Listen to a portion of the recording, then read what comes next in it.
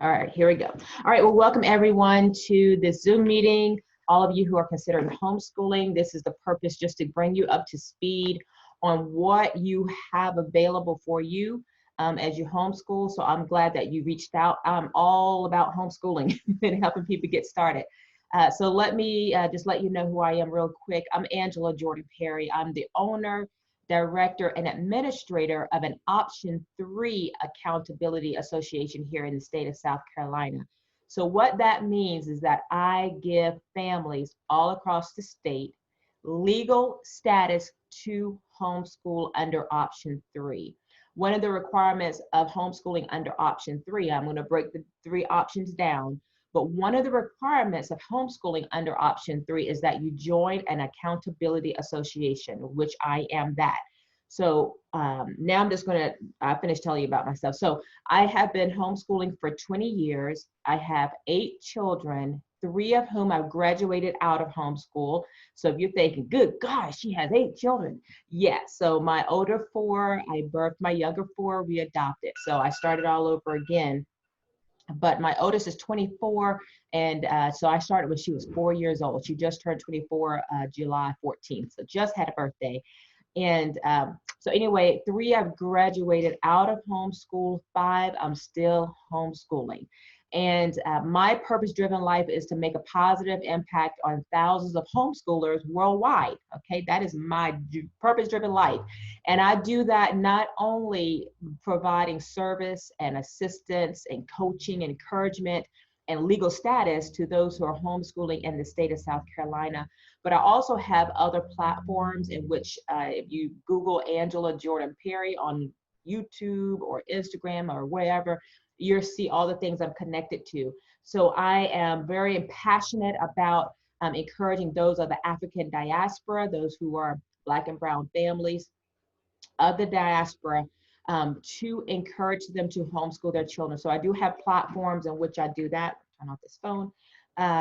So I have what is called Girlfriend's Guide to Homeschooling. You can find me on YouTube, and also Girlfriend's Chat with Angela Jordan Perry, and that's on podcast. So what I do there is I interview those of the African diaspora all over the world. Okay, this is year number 3, season number 2, and I have over 130, I think I am now, 130 so videos of homeschoolers, so that other people who are considering homeschooling can look into their lives, hear their challenges, their triumphs, their successes, locate them where they are in the world, and say, hey, she's right up the road. I have had that happen to a family in Iowa and in Colorado, and many times in Georgia.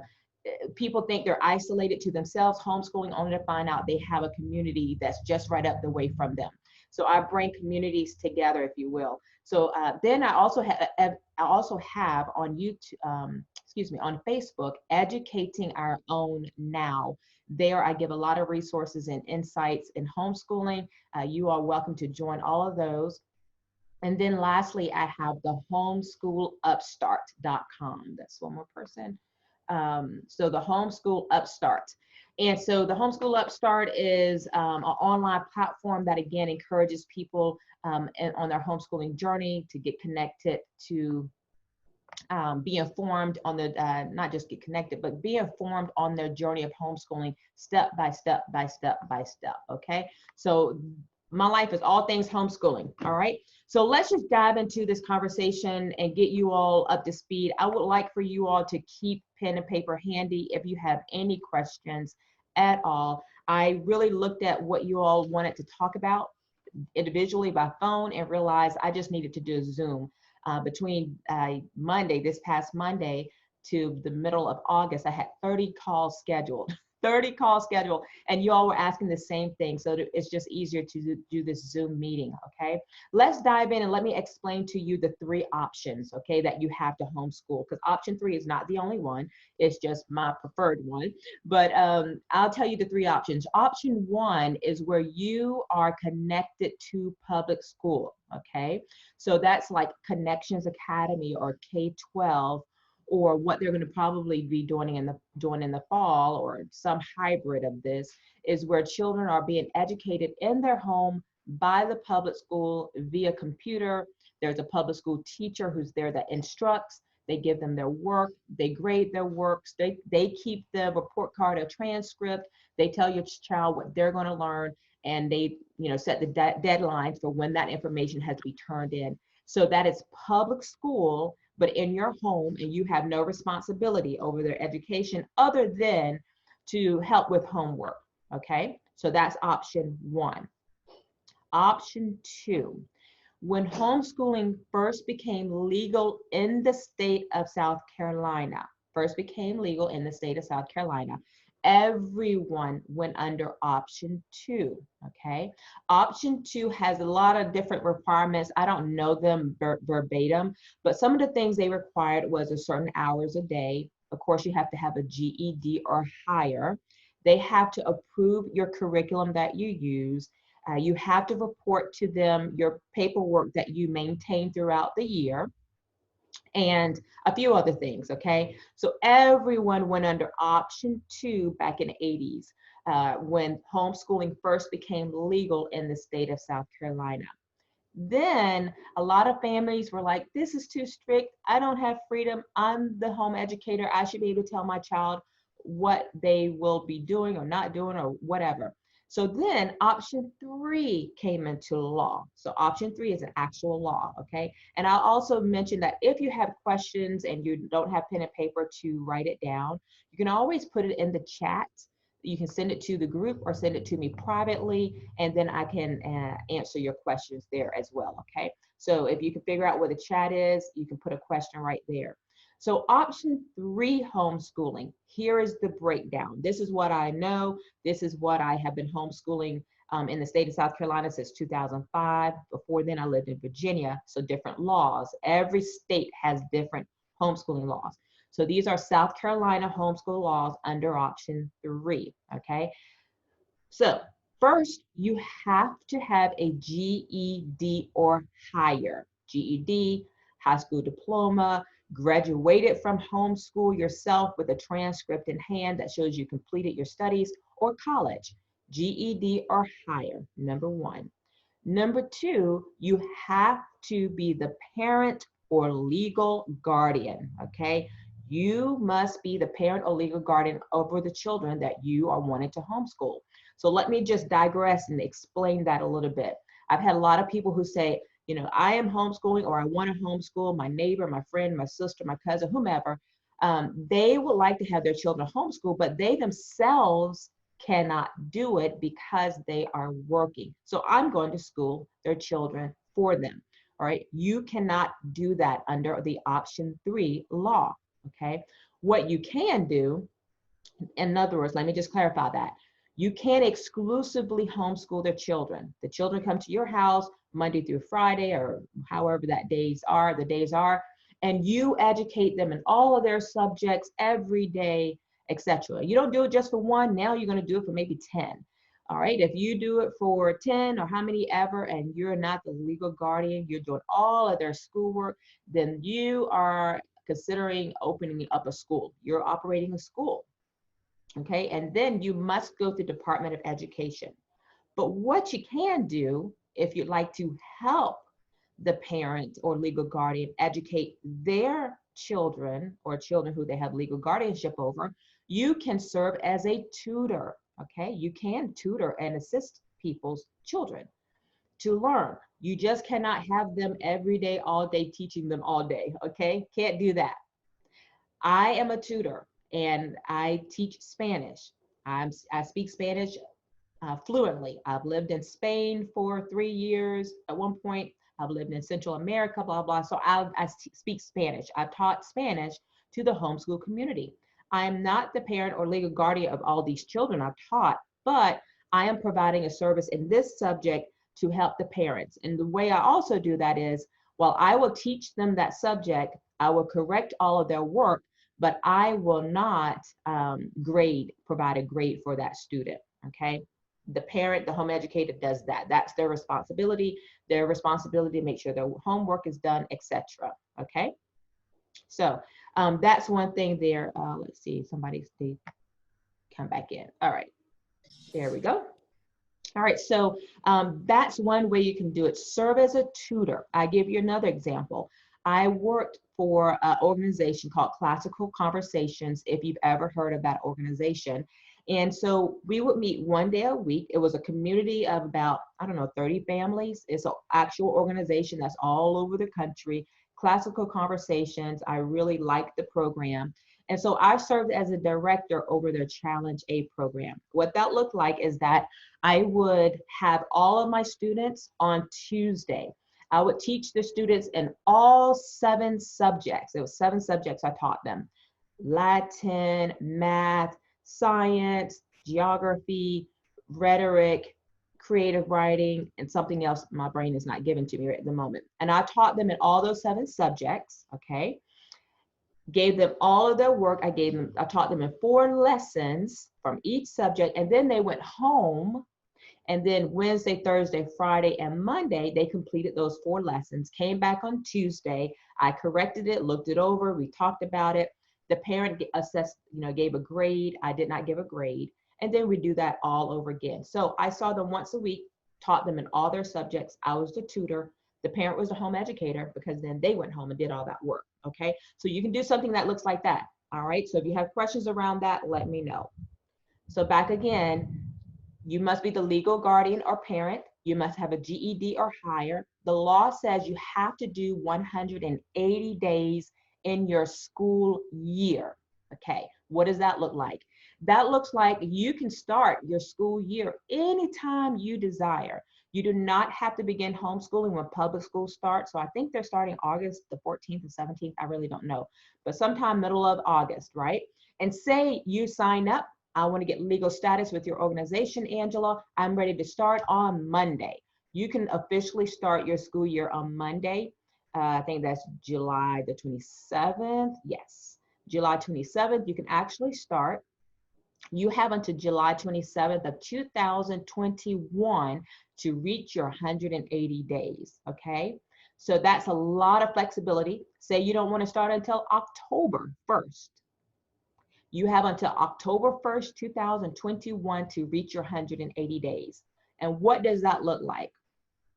Okay, that looks like, welcome Emily. So what does that look like? That looks like maybe you would like to have school, or maybe you're a full-time working parent, maybe you're a single mom, whatever that looks like, but maybe you will have school Monday through Thursday.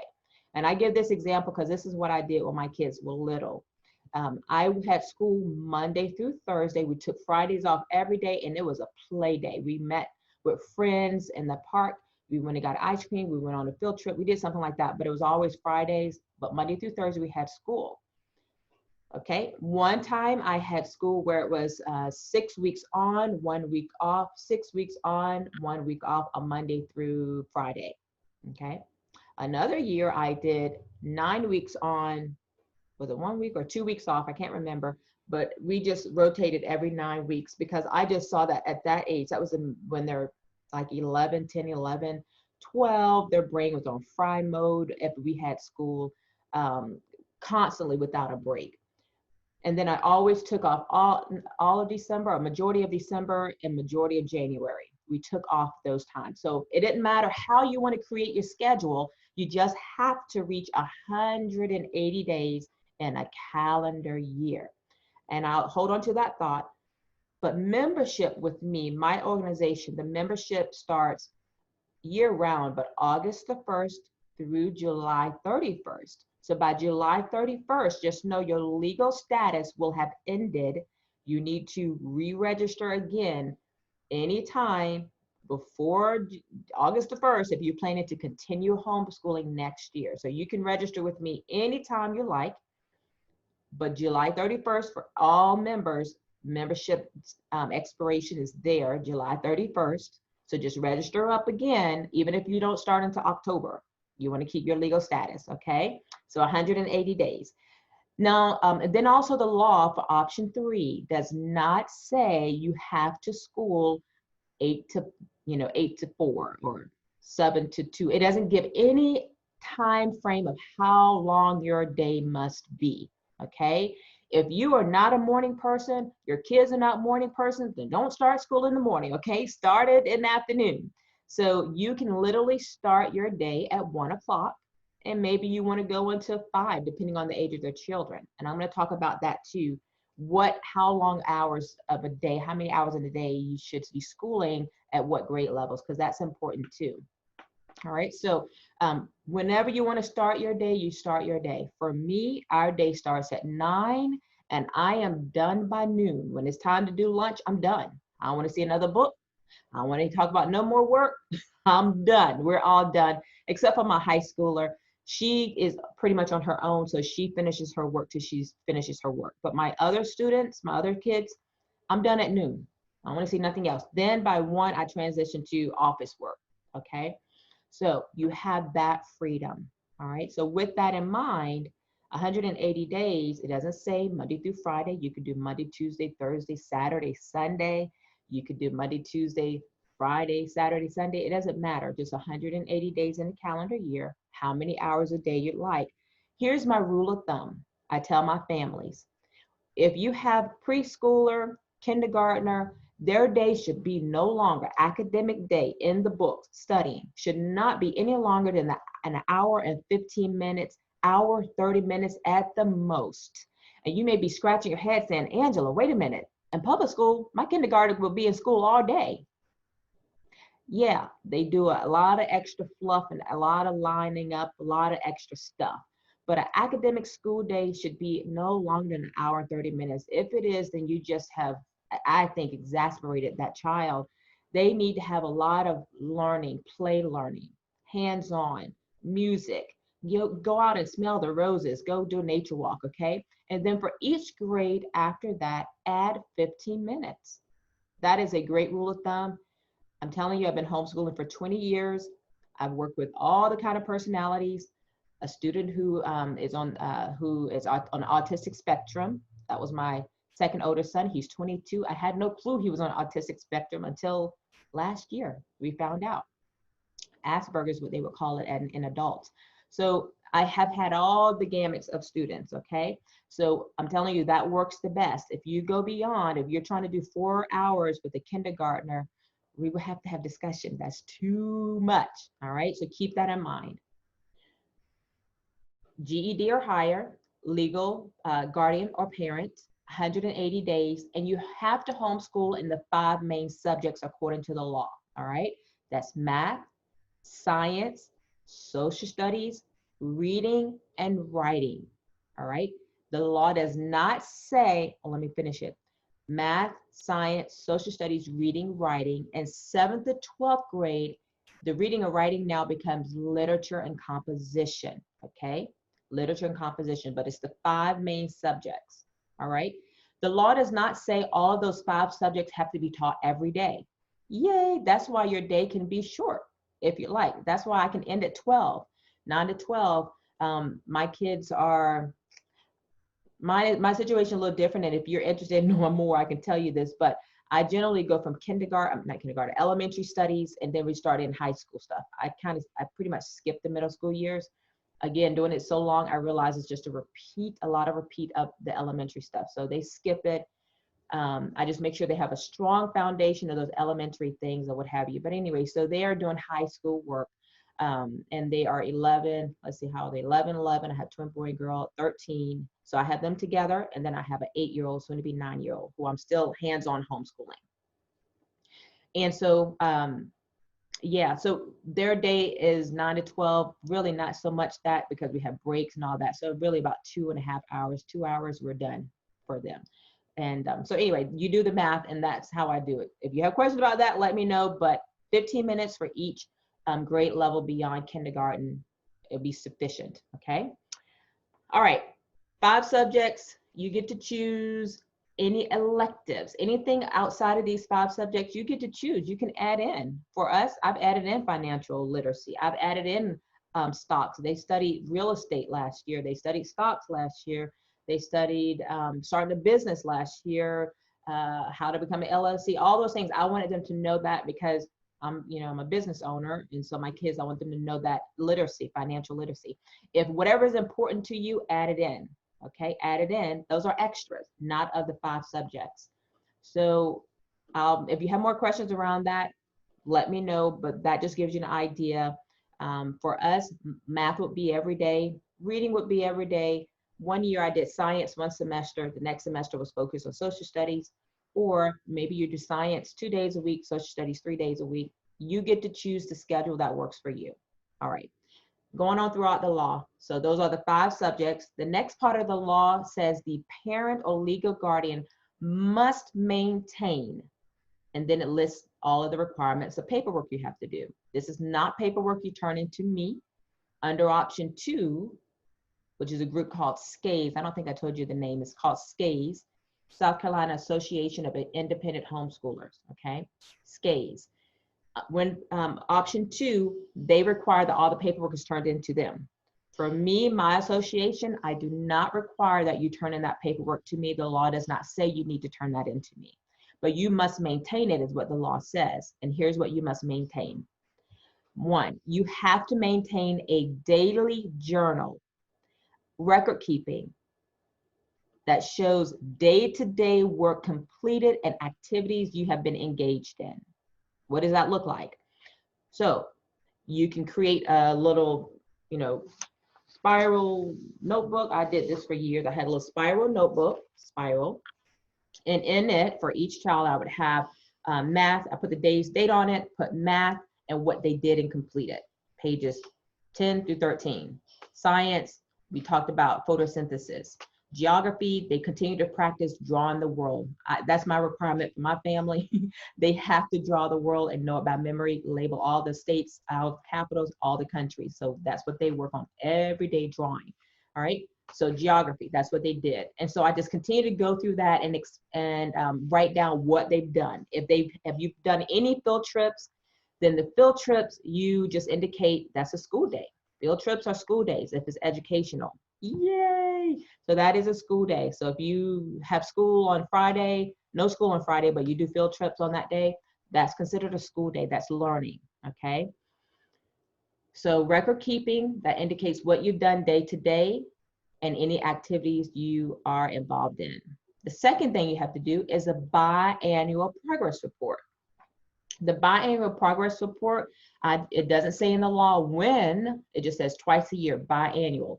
But I just tell my families that mid-year, middle of your school year, when you're about 90 days, middle of your school year and the end of your school year, write your biannual progress report. What does that look like? That looks like you're indicating, Keisha has, you do it for each subject, Keisha, math. She has excelled in math. She's understanding her 5th grade concepts well. 3-digit division, she's having some challenges. We will repeat that in 2nd semester. Science, we have been studying all the animals on Earth, blah, blah, blah. And you just write down projects or anything that you've done. You just write a small little paragraph of their progress or challenges they've had. You do that for each student, okay? Next thing you have to maintain, you must maintain attendance, okay? Very simple. Keep a sheet of paper and keep your attendance of what you all have been, the days that you've had school. For me, I literally get a piece of paper. I draw 180 boxes on that paper. This is how I do it, simple. Draw 180 boxes on that paper, and every day we complete a day, and I number them 1 through 80. Every day we have a school day, I write the date in it and mark it off. And I do that. And at a quick notice, I can see how many days I've completed, how close I am to day 90, how close I am to day 180. My high schoolers, they keep their own attendance. I don't do it. By high school, they're doing all their paperwork. I'm not doing it at all. Nope. So you train them to do that as you go through your homeschooling journey. So when they get to high school, they are really on a college level on their own, prepared to do their studies and get it done, okay? So that's the attendance. And then the last thing the law says you have to do is maintain a portfolio, okay? So a portfolio is basically a manila folder, a 3-ring binder, whatever you want to have, and you're just going to keep some samples of their work from each subject, okay? You're going to keep some samples of their work from each subject. A few samples of math, a few samples of science. If they've done any projects that you're really proud of, take a picture and put it in there. Okay, why is maintaining all of that paperwork important? Well, number one, the law says you have to do that. That's an option 3 law. You must do that. I will keep reminding you this throughout the year, all the things you have to do. That's part of my job that I would do as your option 3 association director. I keep the law before you. You have questions, clarify things, etc. Okay. But the other thing is, if your student is ever going, maybe go back to public school or whatever, they may say, hey, I want to see their work. And then you can just pull out, here's their attendance, here's what we've done day to day, and here's some work that they've done, here's progress reports. It's all there. And I have had many schools contact me and say, I have such and such coming from your association, they're coming into the public school, do you have any records? And I say, I don't maintain the records. The parent maintain the records. They can show you everything you like to know. That's number 2 scenario. Number 1 is the law. Number 2, if they go back to public school, they may require to see that. But number 3 scenario is, if you ever get in trouble, you know, something happens while you're homeschooling. I tell you a simple example. I have a homeschool parent. She's been homeschooling for years. She's been part of my association for years, okay? Receiving legal status. She has, I think, 6, 7, 8, 9 children, a lot of children. I can't remember, but she's had a lot of children. And her youngest one got out of the door one day where they were having school, and he's just walking his little self down the sidewalk. Thankfully, there wasn't too far away a police officer, and a neighbor saw this little kid, I think he was like 2, walking down the sidewalk. Now, you know, the police now have gathered the baby, found the parent, what's going on. They have to call DSS. DSS now have to open up a case and see if they are, you know, good parents, taking care of their kids. And then they said they're homeschooling. Then DSS had to check into their paperwork and make sure they are doing what they should do. So cases like that where DSS comes in or someone comes in and you get audited, they want to see your paperwork, you need to have it in order, okay? All right, so those are the main things of option 3 homeschooling laws you have to be aware of, all right? Let me talk real quick about homeschooling special needs, because that was one of you all's desire, and then unschooling. I'll talk about those things, and then I'll open up for questions. Let's see, how long do we keep the portfolio work? Do we keep it for a year, every other year, or forever? All right, so I'm gonna tell you, the law doesn't say how long you should keep it. The law doesn't say. The rule of thumb, my suggestion is at least 3 years. Keep your paperwork at least for 3 years. If you're like me, who, I don't know what my problem was, but I kept my daughter Annika, I just told you she's 24. She just turned 24. I kept all of her stuff from when she was 4 years old all the way through till she was graduated high school, all of her paperwork, everything, all the books, everything, for that whole 12 years.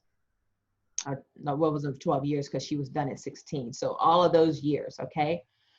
And then I asked her, when she was all done, maybe 2 years after she was done, I asked her, Annika, do you want your work? And she was not excited. She's like, no, I don't really care to have it. So I end up tossing out her stuff. It was the same time I asked my son, he was done, and my third daughter, she was done. So I think at her time, then I realized I had a basement full of plastic bins of all their work. And I was like, I'm running out of space because I have 5 more kids to go. What am I gonna do with all this stuff? So they didn't want it, and I ended up tossing it all out. So that's what I did. If you have the space to keep it and you're very, you know, sentimental, you can keep it. But the law does not say. Now I get rid of the stuff because it's just accumulating. I have so much. So I just accumulate it. After a few years, I toss it out, okay? Can therapy be counted as using a tutor and count towards a school day? So it depends on what kind of therapy it is, okay? If it's, let's see if I know my stuff. Fine motor, PT, I think you got OT and PT, right? So OT, if it's OT and they're working on things like that, it just depends. I'll say it 2 ways. I would say, yes, you can, if that's part of their 501 plan, okay? 501 plan. And all of that translate over to homeschool 501. We call it 501. You all, those in public school call it IEP, I believe. So yes, it can be considered, not a problem. It just depends on what kind of therapy it is. All right. If it's developmental, perfectly. PT, OT, speech, music therapy, yeah. So yeah, depending on where the child is for special needs, I would absolutely say yes. Those therapies can count as school days, but be sure that you are including the other 5 required subjects in that schooling time as well at some point or another, okay? Very good question. All right, so that's all the questions there. That was special needs. Now, when it comes to special needs homeschooling, I have a soft spot for my heart. I have a strong heart spot for those who are homeschooling special needs. So much so that I actually, 5 years ago, brought on board a special needs liaison. Her information is on my website. If you don't know, my website is UCHunlimited.com, UCHunlimited.com. That's the acronym for my association, United Community of Homeschoolers Unlimited. So UCHunlimited.com. Her name is Susan Blackwell. Susan knows all the ins and outs that you want to know as far as the law and homeschooling your special needs child, how to get special requirements for them, how to work and get them in college, what paperwork you need in place, if they are able to go to college. She does testing to know where your child is as a special needs student. She also helps create 501 plans for your student. She's just a wealth of information. So I would say utilize her greatly, okay? So for special needs homeschoolers, depending on the severity of the special needs, for example, Susan, the lady I'm just telling you about, Susan Blackwell, her daughter now is 30, unbelievable, I can't believe she's 30, but when she was schooling her cognitive level was never going to go beyond, I think it was kindergarten, okay? So even when she was moving year to year from grade to grade, they were still working on colors. But Susan was an advocate for teaching her child every day different things that she needed to learn, although cognitively she was not going to progress, okay? So if you have a student on that level of special needs that you are pulling them out of public school and you want to homeschool them, just know you still have to teach in those subjects, even if they may not progress, and maybe even the time of the day will not be long teaching. The law in South Carolina is that every child should be educated. And if you're not, then that's a legal issue, okay? All right.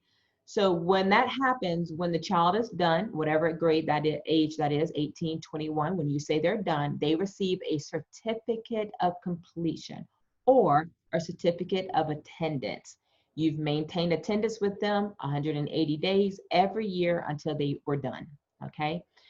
That's one thing. Now, maybe your student is not that cognitively delayed, but not academically strong, but they've learned trades or skill. All right, so their focus in school was a trade or a skill, particularly in high school. And then when they are said and done, they receive a certificate of trade, okay? So whether it was mechanic or packaging or whatever, so that's what they would receive.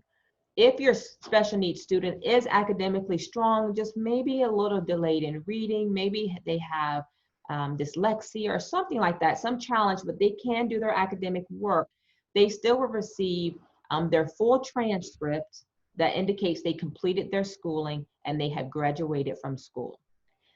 With that being said, homeschoolers, when they're done school, they don't receive a diploma. That's not what shows they've graduated, okay? It's not a diploma. It's actually a transcript. So one of the services I provide is maintaining your students' transcript whenever they start high school courses, if that's 6th grade, 7th grade, whenever. I will maintain their transcript for you, keep a GPA, and when they're in high school, I will have a class rank for them 9th, 10th, 11th, 12th grade years. If they qualify for the state scholarship Palmetto Fellows, I have to do that paperwork. I submit that paperwork for them, okay? So just know when it's all said and done, they've graduated. It's not a piece of paper diploma that matters. Although many families have me create a diploma as a memorabilia from my association because they've been with me through years, but it's the transcript that matters. When they go to college, it's the transcript that the school asks for. When they go for a job, it's the transcript. It's never a piece of paper or diploma. So that's just one bit of information to keep in mind too. Let's see a few questions. Let's see if I can get up here. I'm trying to get up here. There we go. Does joining give you a card to receive teacher discount? Thank you. That was a question I saw that came through email. So yes, once you join in membership with me, you receive a membership package. In that package will be just detailed information you need to know, the law, all different kind of tabs you can click onto, the parent handbook, all of that. You also receive a letter that shows you are legally homeschooling under the auspices of United Community of Homeschoolers Unlimited. That letter is what you would take to the public school, fax it to them, email it to them, however they're getting information now from parents. You would make sure they get that letter before school starts, okay? To show that you are legally homeschooling under the auspices of this association and you would like to withdraw your student from public school. That's very important. If they're expecting your child to come and you've not legally withdrawn them and they've not been there for 10 days, that's 2 weeks, 10 days, 5 days 1 week, 5 days next week, then you're going to be considered in truancy or truant. And then they will call the law, DSS, or whomever on you, you know, and it becomes a legal issue. So you just want to be in legal status before school starts. Submit that paperwork to the school, get legal status, not to the school board, but to the school they would go to. If your child is kindergarten, about to go to kindergarten, or about to go to K4, you don't have to submit that letter to the school because the school knows nothing about them. It's particularly for students who would be going to public school. You have to submit that letter, okay? So yes, you do receive also in that package your membership cards, because now you're officially a home educator. And as a home educator, you receive all the discounts anywhere teachers are receiving discounts. If they're having Teachers Appreciation Day at all the restaurants, whenever they open, you can go there and get your discount on the meal. You can go to Barnes & Noble. They have a special deal where you can get discounted on your books that you purchase. Office Max and Office Depot, certain time of the year, they give discounts for all the copies you want to get printed, all the things you want to get laminated. So yeah, you do get you get a card which allows you to have all the access to teacher discounts. Do you recommend joining the legal group? Okay, so the legal group is called, it's for the whole of the country. It's a homeschool legal group, okay? It's HSLDA, Homeschool Legal Defense Association. That's what that stands for. And I do have that information on my application if you want to join. Because if you do join, you get a discount because I am a member of that, okay? Do I suggest you join and recommend? That's really up to you. I've been with them probably like 18 years. Why? Because if I have to go to court for anything, if you consider, well, I don't know if you'd be truant homeschooling, but anything happens and you have to go to court because of your homeschooling, this is great for people who are in New York, particularly, or Pennsylvania, where the laws are so strict, then they would want to join HSLDA. It's not a bad thing to join, but it's not something you have to have, okay? But if anything goes down, legally, they will represent you because they're lawyers who represent homeschoolers all over the state. When, let's see, 3 years ago, when this Department of Education was trying to come on fire for the homeschoolers, option 3, and change the laws, we were like, hey, no, you're not going to do this. We collectively, directors of associations, we contacted HSLDA, and they represented us and contacted the Department of Education, wrote letters and all this stuff. Can't remember what it was in detail right now, but they wrote letters and all of that and stopped the Department of Education for trying to affect the homeschooling laws in the state of South Carolina. So they are great to have because they will come to your aid as your, big legal support. All right, next question. Start date for 180 days needs to be after joining and withdrawing from public school. It just needs to be whenever, first you have to join to have legal status, and then whenever you want to start. So you can officially join the association because now you're legal, and you can go ahead and start homeschooling anytime you want. But before school starts, you just have to get that paperwork to the school so they know you're not returning and you're withdrawing them. So you don't have to wait to withdraw them from public school in order to start homeschooling. I hope that makes sense. 4K isn't required by law, but it is useful to join an association. Some families do join an association for 4K. It's not required by law, okay? Basically, the law doesn't say in option 3 law that it's compulsory age, but we all know by compulsory age of 5, depending on their birthday, maybe 6, you have to have them in school or you have to have them legally homeschooling. And if they've never been to public school, then you don't have to submit any paperwork. But for 4K, it's really up to you if you want to have legal status or not. A lot of families join at 4K when the child is 4K because they just want that legal status and no headaches. If you have students who are 3rd grade, 4th grade, and you have a pre-K, go ahead and add them up there because membership is by the family, not by per student, okay? So by family. So that membership, I just tell you now, is $70 for the year per family if you have students who are kindergarten or pre-K through 5th grade, $70, or you can pay $13 for 6 months. If you have students who are 6th grade to 12th grade, the cost now changes to $140 for the year per family, okay? Or you can pay $13 a month for 12 months. If you have a mix of kindergarten or pre-K, let me go back to pre-K all the way to 12th grade or anything in between, it's going to be $140 for this family, or you can pay $13 a month, okay? So that's up to you if you want to register. If you only have a 4K, you want to register that one child, that's completely up to you. By law, it's not required. You can still homeschool them at home, start them with kindergarten, traditional schooling at 4K. You can do all of that and still not join an association. It's not required at 4K, okay? But if you do, start. When you actually, that child is actually 5 or 6, whatever that compulsory age is that they would normally be in school, at that time, you can join the association, even if by now that 4K student is 2nd grade level. Go ahead and join, indicate 2nd grade, and you're good to go. All right, lots of questions. Let's see. Would brain balance consider tutoring? My son attends brain balance with right brain weakness. I know a little bit about brain balance. I do have a member who attends, her son attended brain balance for a while, but I wouldn't say that that would be complete. It depends on the age of the child. I would think about that. It's going to be a lot of criteria, but I would say depending on the age of the child, okay, and if their work is academic for brain balance, I'm not quite sure if it is academic, if that can count as them tutoring your child, okay? If they're helping with math, science, social studies, any of those subjects at brain balance, then of course, and they're tutoring their child, then of course that time would count as school.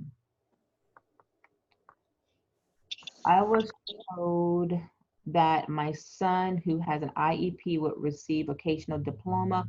I'm not familiar. Can you explain what this will mean? Okay, so vocational diploma is what I was saying, like a trade diploma, okay? So again, it just depends on the child's, where they are as far as special needs or academic strengths or weaknesses. But if you know that they're going to be working on vocational or trade diploma, so that's what that means. They still are going to go through all of their schoolwork, study at the pace that works for them, but they're going to be very heavy in vocational or trade studies. That's what that means. And I work with each parent individually because I won't know unless you tell me, okay? Oh, I'm trying to slide down. Okay, there we go. Where do we get learning materials and books? Great question. So there's a lot of resources for receiving homeschool materials and books. You can find things online. You can, they're local, depending on where you are in the state, of, in the upstate area of South Carolina, there is a homeschool warehouse is huge, many homeschool bookstores, but there's a huge homeschool warehouse in Lyman. It's called Lifelong Learning. You can go there, look at the books, tons of books, everything you want to think of, literature books, hand manipulatives, all that kind of stuff. There are some all over the state. There's a few more in Greenville. They are consignment, homeschool consignments. You can go to homeschoolclassifieds.com or .org. I usually buy all of my used books from them. These are families all over the country who are selling their books, but that's good if you know what you're looking for. So I would know I'm looking for a Becca Math, or I'm looking for Apology of Science, this grade level. And then you go there and see what it is, how much it costs, and then you purchase it from that person. So other online resources, you can use online resources that's available, like Khan Academy. If you want to write this down, maybe I just type it in here. Khan, let me type it to everyone. So Khan Academy is one, I think it's .com. Another one is virtualhomeschoolgroup.org. Acellus, I don't know if I want to spell that right. Acellus is a great resource. So there's a few online resources if you want to even do it free. And I meant to make a whole list, so I'm going to have to make that list and send it out to you all later.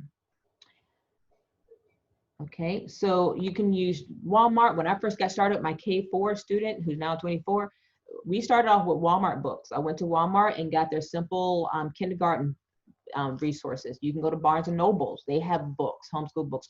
The beautiful thing is that as a homeschooler and under option 3, you get to choose. You can create your curriculum, okay? Maybe you're going to utilize the library for science, social studies, history. You can absolutely do that. Maybe you use online math, library for science and social studies, a book for this, and then you create a curriculum for literature.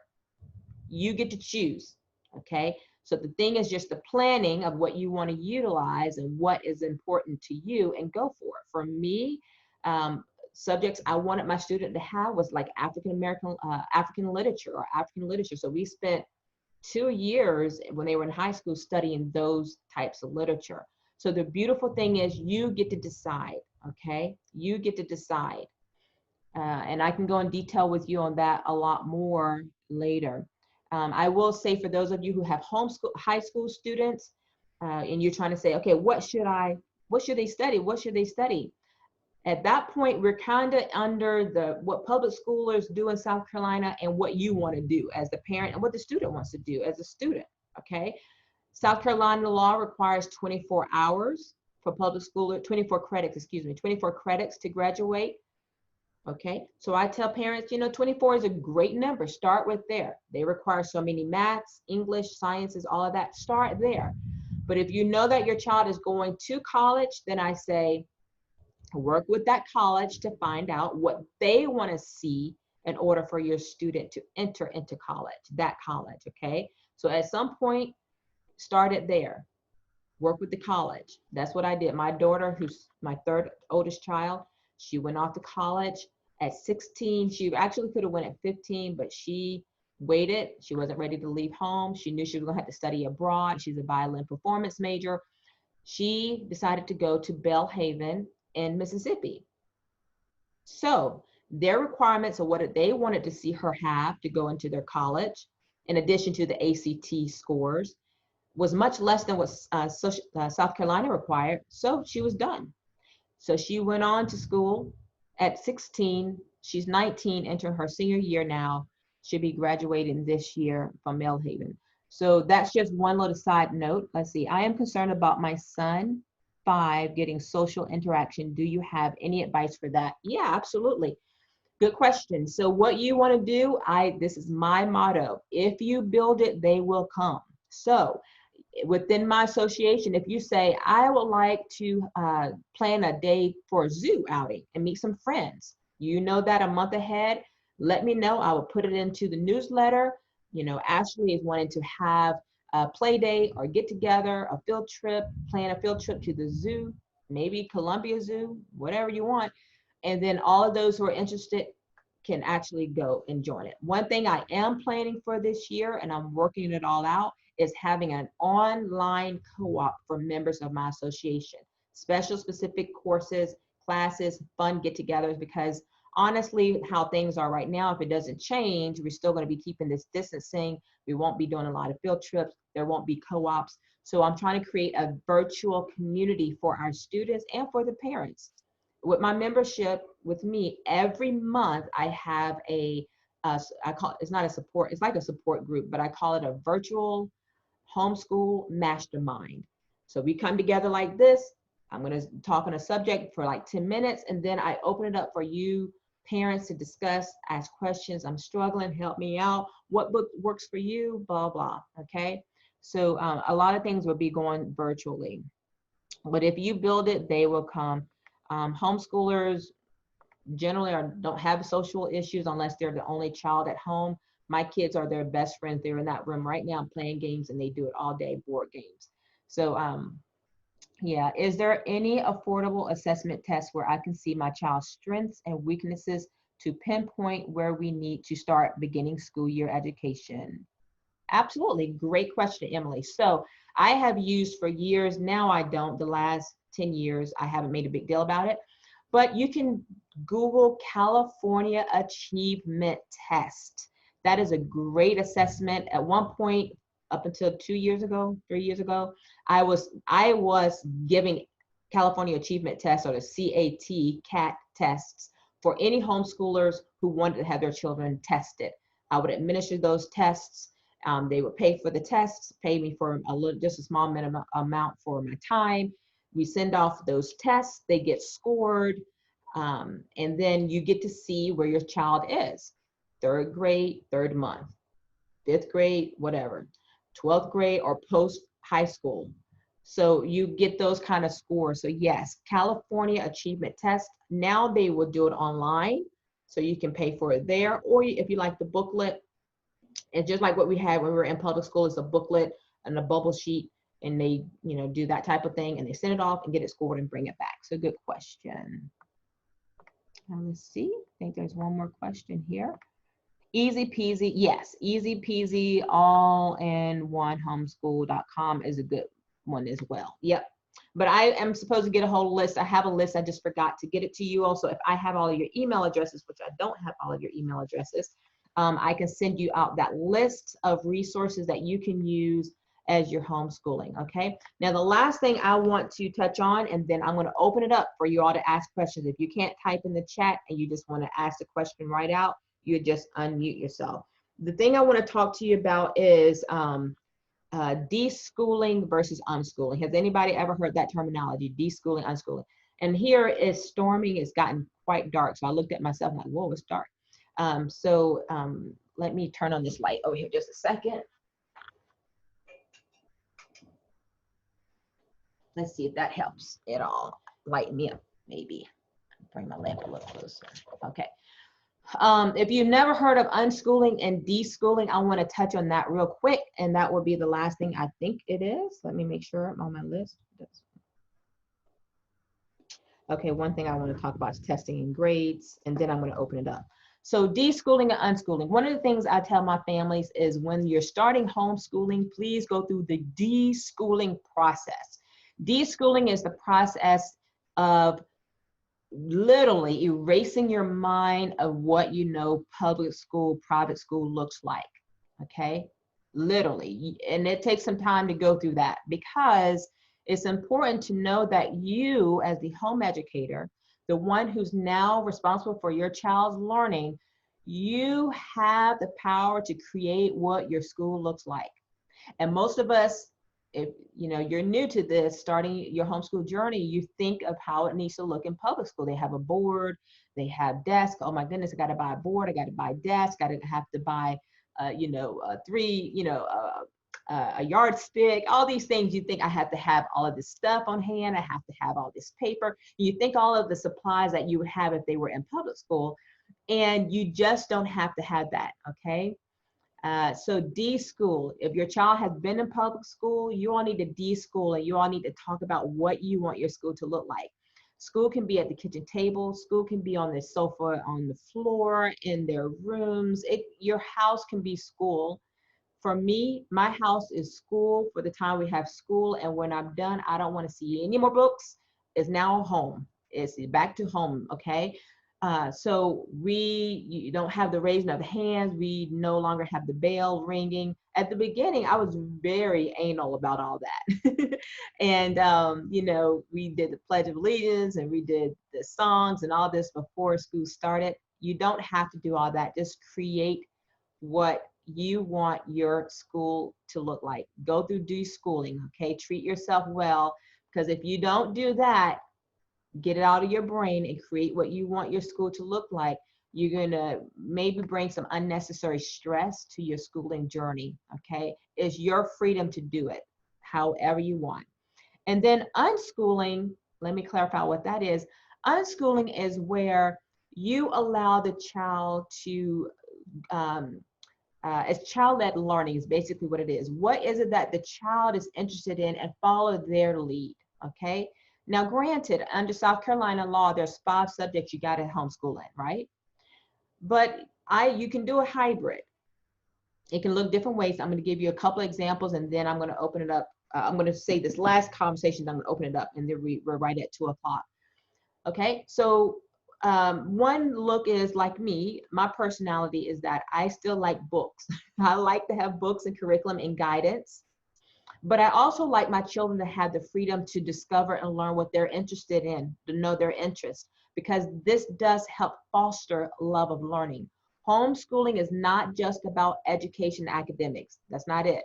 If that's your conviction, absolutely okay. I'm not knocking it, but I want to present that it's also the idea of teaching them the love of learning. Like I know, when we're done school, we have forgotten a lot of algebra. We've forgotten a lot of chemistry, unless you use that all the time. We've forgotten a lot of stuff. But things that we want to know as an adult, we still go back and research and study and learn, or reading, okay? So we never stop learning. And so we need to teach our children to always be inquisitive and constantly learning, and they have a love of learning. If you only give them books and that's it, you're going to squash their creativity and their interests, because you just told them they only can do algebra, they can only do science, they can only do social studies, they can only do this stuff that's required by school, and it erases their interest of anything else. We have done that now for, 4 or 5 years now, unschooling as a part of it. 1, 2 years, I did strict unschooling. And I ain't like that, because I don't like not having books to guide us. But what developed out of that, I discovered that I have one child who wants to be an origami master. Every day was origami, origami, origami, origami. Then I also discovered that I had a child who's a beautiful writer.